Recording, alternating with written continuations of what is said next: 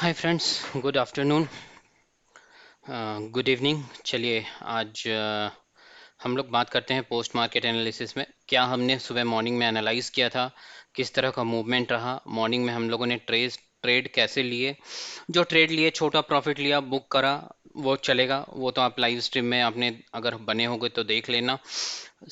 हमने profit booking कब करी, यहाँ पे एक ट्रेड यहाँ पे था हमारा, ये जो आप नीचे साइड का मूव देख रहे हो ऊपर रेजिस्टेंस पे, एक यहाँ पे मैंने एंट्री बताई थी। दूसरी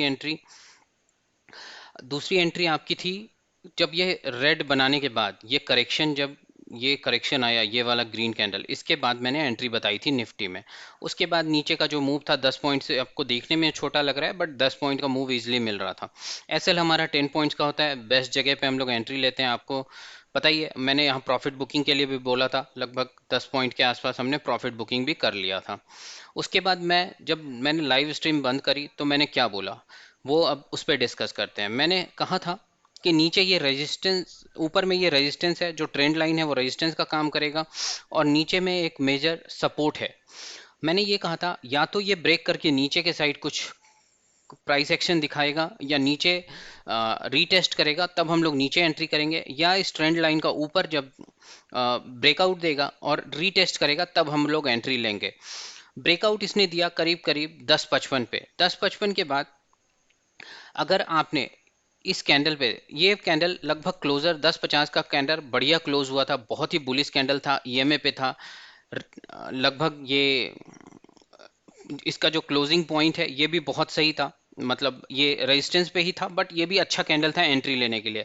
अगर आपने यहाँ नहीं लिया, फिर जब ये घूम कर आया, ये आगे निकल गया, आगे निकलने के बाद जब घूम कर आया ये कैंडल, इसके बाद जो हमारा ये वाला कैंडल है 11:40 का, ये बहुत ही अच्छा बुलिश कैंडल था। यहाँ पे एंट्री पोजीशंस आप बना सकते थे, यहाँ पे भी बना सकते थे। और ये जो कैंडल है 11 बजे का, ये भी कैंडल अच्छा था, 1:1 1:2 का तो इजिली दे रहा था रिटर्न। और आप बड़े मूव को मत देखो, ये बड़े मूव जो आपको दिख रहे हैं ये कैप्चर करना बहुत आसान नहीं होता है इस तरह के मार्केट में, क्योंकि स्लोली मूव हुआ है। अगर आपके पास बहुत बड़ा कैपिटल होगा तभी ऐसी मूव में आप रुक पाओगे मार्केट में, ऐसी मूव में रुकना बहुत मुश्किल है। हाँ, लेकिन सही जगह पे एंट्री करोगे तो छोटे छोटे प्रॉफिट्स आपको यहाँ पे भी मिले होते, इस कैंडल के बाद भी 1:1 का मिला होता, और आगे अगर एंट्री लिए होते तो 1:1 आगे भी मिल रहा होता। तो हर एंट्री पे जब भी ये ईएमए पे आया, कोई बुलिश कैंडल बनाया, 12.55 का देख लो, यहाँ पे भी 1:1 इजली का मिला होगा। तो जब भी बुलिश बनाएगा आपको मिला था। और आप आ जाओ 2:40 पे, इस कैंडल पे भी आपको 1:1 1:2 का यहाँ पे टारगेट इजिली मिला है। तो एक तो ये पॉइंट हो गया। तो यहाँ पे आपको छोटे छोटे प्रॉफिट्स स्कैल्पिंग आप करते हुए पैसा बना सकते थे, ऐसा नहीं था कि मार्केट में पैसा नहीं बन सकता था। हाँ, अगर आप बड़े प्रॉफिट के लिए इंतजार करते और एक ही ट्रेड में चाहते सारा कमाए तो बहुत मुश्किल था, छोटे छोटे प्रॉफिट बुक करते तभी पैसा बनता। चलिए अब बैंक निफ्टी में देखते हैं, बैंक निफ्टी में किस तरह का मूव करा और मैंने क्या आपको एनालिसिस बताया था। आप लाइव स्ट्रीम में देखना, वहां मैंने एक मेजर पॉइंट्स आपसे डिस्कस करा था कि ये जो है जोन, ये हमारे पास ऊपर रेजिस्टेंस का काम करेगा। इसके अलावा 44,000 जो है राउंड फिगर होता है, तो 44,000 का प्राइस अपने आप में एक रेजिस्टेंस का काम करता है। और मैंने कहा था जब भी अब ये 44,000 30 32 के ऊपर क्लोज करेगा, 35 के ऊपर क्लोज करेगा, तभी आपका कोई मूव दिखेगा और कोई बुलिश कैंडल फिर बनाएगा, तभी आप एंट्री लेना। तो एंट्री पोजीशंस कहाँ बन रही है, रिस्की ट्रेडर्स यहाँ पे भी एंटर कर रहे होंगे, जिन्होंने ऊपर के रेजिस्टेंस पर रिस्क लिया होगा, छोटे प्रॉफिट्स मिल सकते थे, क्योंकि आपको पता है रेजिस्टेंस जो है वो ऊपर था। तो ऐसा नहीं है कि इस ट्रेंड में पैसा नहीं बन सकता था, इस ट्रेंड में भी बन सकता था।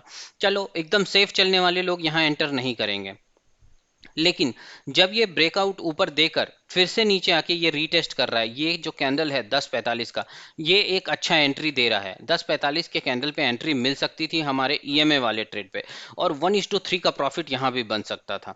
उसके बाद मार्केट फिर से करेक्शन, बहुत बड़ा मेजर करेक्शन दिखाया, फिर वैसा कोई मूव दिखा नहीं। कितने बजे तक, 11 बजे के बाद करीब करीब 12 12:30 1 बजे तक कोई मूव नहीं दिखा। फिर ये एक कैंडल है 12:55 का, ये एक बहुत ही अच्छा बुलिश कैंडल बना और 1:1 यहाँ पे भी दिया। इसके बाद आप किसी भी कैंडल में वैसा नहीं है कि आप एंट्री बना सकते थे। यहाँ पे एक कैंडल है जिसमें आपका एसएल हिट होता, तो ये और इस जब आप दो ट्रेड में ऑलरेडी प्रॉफिटेबल हो तो फिर हम तीसरी ट्रेड प्लान करते ही नहीं है, ये हमारी स्ट्रेटेजी में बिल्कुल क्लियर होता है।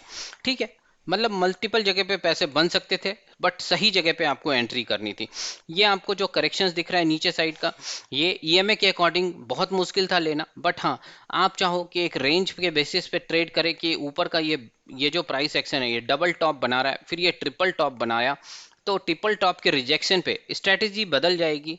अलग स्ट्रेटेजी में आपको ट्रेड लेना है तो ले सकते हो, लेकिन जो हमारा ईएमए है उस स्ट्रेटेजी पे नहीं मिल रहा है।